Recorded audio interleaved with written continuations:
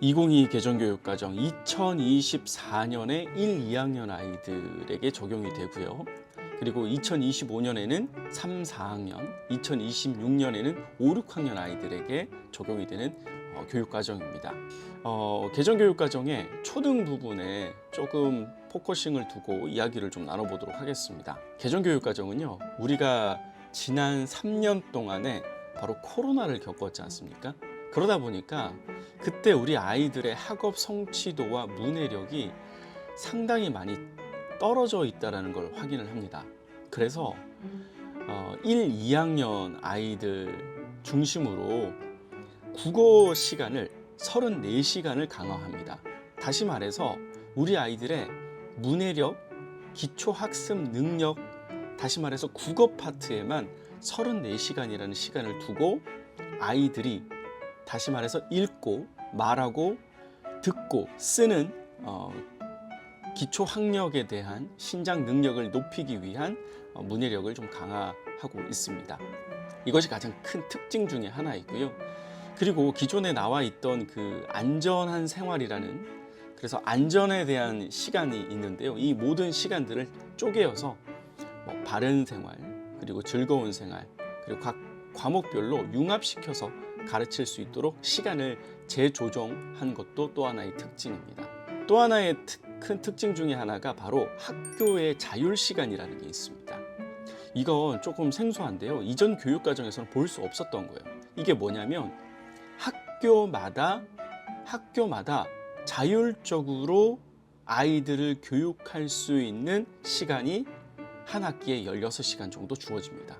다시 말해서 A 학교와 B 학교, C 학교 각각의 학교마다 학기마다 또 그리고 학년마다 가르치는 내용이 다르다라는 겁니다.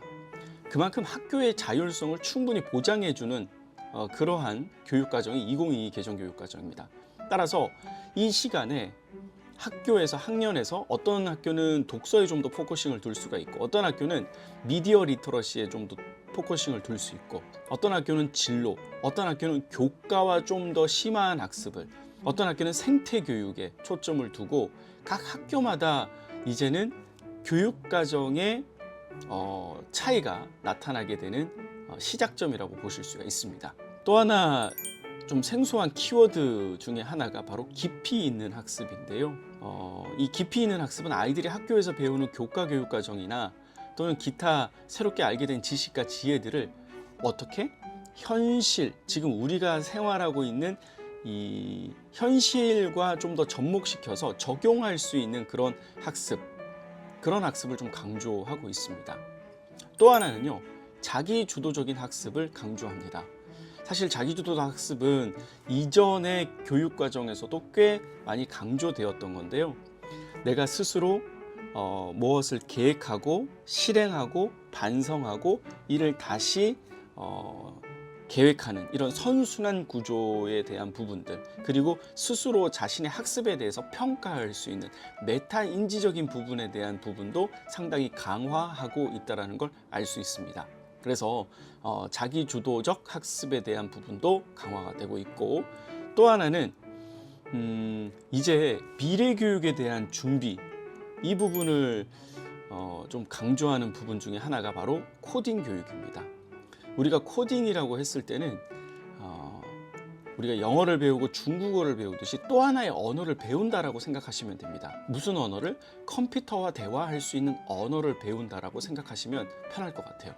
그래서 컴퓨터와 대화해서 이렇게 움직여줘, 이렇게 실행해줘 라는 것을 프로그래밍을 짜는 것이죠. 향후에 우리 아이들이 자라날 세대에는요, 이런 AI와 그리고 인공지능에 대한 세대이지 않습니까? 따라서 실과 영역에서 이 소프트웨어, 코딩에 대한 영역이 상당히 강조되어질 것으로 확인이 되고 있습니다. 그래서 이 부분에 대한 부분도 천천히 아이들에게 컴퓨터로 뭔가 프로그램을 좀 짜보는, 그래서 로봇을 활용한 오조봇이나, 그죠?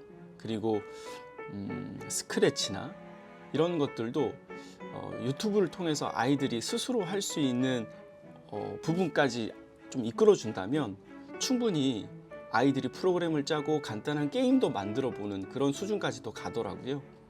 이런 부분들을 좀 신경 써 주시면 좋을 것 같고, 혹시나 부모님이 이 부분에 대해서 좀 너무 생소하고 힘들다라고 한다면 마중물 역할이 되는 사설 교육기관에 도움을 좀 얻으셔서 한 2달에서 3달 정도만 되면 어떻게 접속하고 어떤 프로그램을 하는지 아이들이 기본적인 부분을 알면 그 다음부터는 아이들이 창의적으로 계속해서 배워나갈 수 있는 토대가 되더라고요. 그래서 그까지만이라도 코딩 교육을 신경 써주시면 좋을 것 같습니다. 최근에는 코딩 특기생을 선발해서 아이들을 계속 교육시켜 나가는 교육기관들도 늘어나고 있는 추세입니다.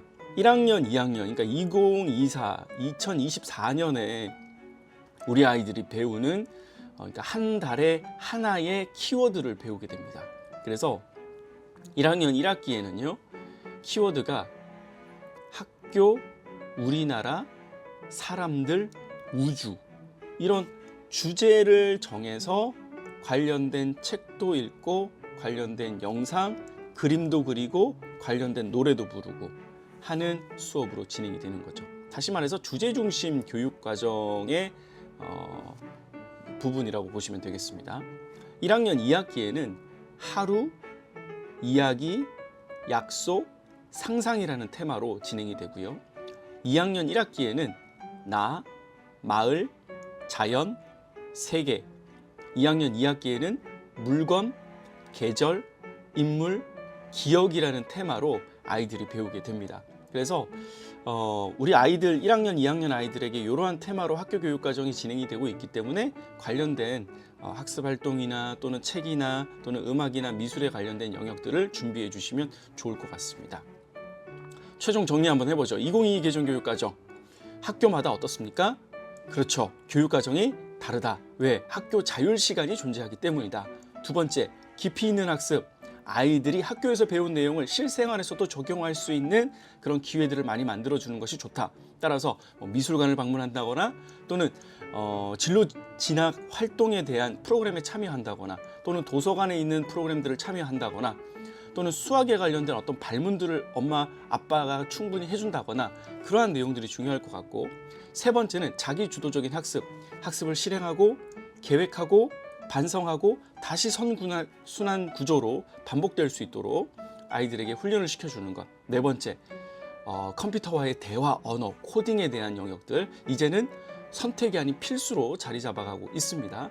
다섯 번째, 우리 아이들이 코로나로 인해서 많이 저하됐던 문해력 교육을 강화하는 34시간을 강화하는 모습을 볼 수 있다. 여섯 번째, 진로 연계 교육인데요. 이거는 초등학교 6학년에 중학교에 진학하기 위해서 진로 연계 교육이 따로 별도로 강조되어서 교육이 진행이 되고요. 중학교 3학년 아이들에게도 고등학교에 진학하기 전에 진로와 연계된 교육들을 진행을 하고 있습니다. 그리고 일곱 번째, 우리 아이들 1학년, 2학년 때 배우는 테마들, 학교, 우리나라, 사람들, 우주, 하루, 이야기, 약속, 상상, 나, 마을, 자연, 세계, 물건, 계절, 인물, 기억에 관련된 키워드들도 배운다라는 것. 그리고 24년도에 1, 2학년, 25년도에 3, 4학년, 26학년도에 5, 6학년 아이들이 적용된다는 사실 좀 아시고 적용하시면 좋을 것 같습니다. 특별히 제가 강조하고 싶은 건 바로 코딩입니다. 너무나도 강조되고 있는 부분이라는 거. 그리고 다섯 번째, 문해력.